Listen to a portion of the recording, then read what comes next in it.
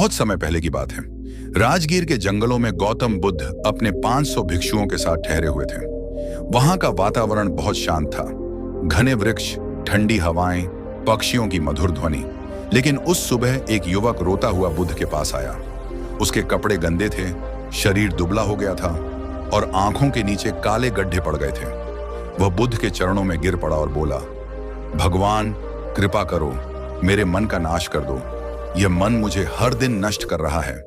जब भी मैं ध्यान करने बैठता हूं, मेरे भीतर गंदे विचार आते हैं, कामुकता के, हिंसा के, द्वेष के। मैं जितना उन्हें रोकता हूं, उतना ही ये बढ़ जाते हैं। कृपा करके मुझे शांति दो। बुद्ध शांत बैठे उसे देखते रहे। उन्होंने पूछा, कब से यह समस्या है तुम्हारे साथ? युवक बोला, जब से मैंने ध्यान शुरू किया है। पहले मुझे इतना पता नहीं था, लेकिन जैसे जैसे मैं साधना में आगे बढ़ा, ये विचार मुझे डराने लगे। अब तो लगता है मैं पापी हूं, अधर्मी हूं, मुझसे भगवान भी घृणा करेंगे। बुद्ध मुस्कुराए। उन्होंने अपने शिष्य आनंद को बुलाया और कहा, आनंद, एक बड़ा बर्तन लाओ और उसमें पानी भरकर इस युवक के सामने रख दो। आनंद बर्तन लाया और युवक के सामने रख दिया। बुद्ध बोले, इस पानी को देखो, अब इसमें थोड़ी मिट्टी डालो। युवक ने मिट्टी डाली, पानी गंदला हो गया। बुद्ध बोले, अब इस पानी को साफ करो, इसे हिलाओ, उछालो, जोर से घुमाओ ताकि यह साफ हो जाए। युवक ने वैसा ही किया। वह पानी को जोर जोर से हिलाने लगा, लेकिन पानी और ज्यादा गंदा हो गया, कीचड़ ऊपर आ गया। बुद्ध बोले, क्या अब यह पानी साफ हुआ? युवक ने रोते हुए कहा, नहीं भगवान, यह तो और गंदा हो गया। बुद्ध ने कहा, अब इसे वैसे ही रहने दो, देखो क्या होता है।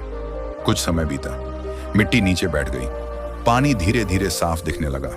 बुद्ध बोले, देखो, यही तुम्हारे मन का हाल है। जब तुम अपने विचारों से लड़ते हो तो वे और गंदे हो जाते हैं, लेकिन जब तुम उन्हें वैसे ही छोड़ देते हो, स्वीकार कर लेते हो, तो वे शांत हो जाते हैं। युवक ध्यान से सुन रहा था। उसकी आंखों में आशा की झलक दिखने लगी। बुद्ध ने कहा, तुम कामुक विचारों से लड़ते हो, इसलिए वे बढ़ जाते हैं। कामना का स्वभाव है आना जाना। तुम सिर्फ दर्शक बनो, उसे देखो, जैसे कोई बादल आता है और चला जाता है।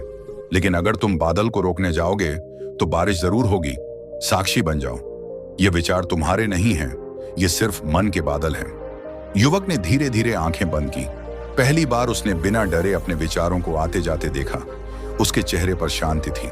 बुद्ध बोले, मन से लड़ाई मत करो, मन को समझो। मन तुम्हारा दुश्मन नहीं, तुम्हारा सेवक है। जब तुम जागरूक होते हो तो वही मन तुम्हारे ध्यान का द्वार बन जाता है। फिर बुद्ध ने एक और उदाहरण दिया। उन्होंने कहा, एक बार एक राजा के पास एक बंदर था। वह बंदर हमेशा इधर उधर उछलता रहता था। राजा ने सोचा, इसे काबू करना जरूरी है। उसने बंदर को रस्सी से बांध दिया, लेकिन अब बंदर और ज्यादा मचलने लगा, चीखने लगा और खुद को चोट पहुंचाने लगा। तब एक साधु वहां आए और बोले, राजन, इसे बांधोगे तो यह मर जाएगा, इसे छोड़ दो। जब यह खुलेगा तो कुछ देर दौड़ेगा, फिर थक कर खुद ही शांत बैठ जाएगा। यही हाल हमारे मन का है। जितना बांधोगे उतना मचलेगा, जितना छोड़ दोगे उतना शांत होगा। सीख विचारों से मत लड़ो, उन्हें आते जाते देखो। जैसे आसमान पर पक्षी उड़ते हैं लेकिन आसमान को छू नहीं पाते, वैसे ही विचार तुम्हारे असली अस्तित्व को छू नहीं सकते। तुम विचार नहीं हो, तुम उनका साक्षी हो। महात्मा बुद्ध की इस अमूल्य शिक्षा को अपने जीवन में उतारने के लिए अभी चैनल को सब्सक्राइब करें और बेल आइकॉन दबाएं, ताकि अगली महत्वपूर्ण कहानी आप कभी मिस न करें। धन्यवाद।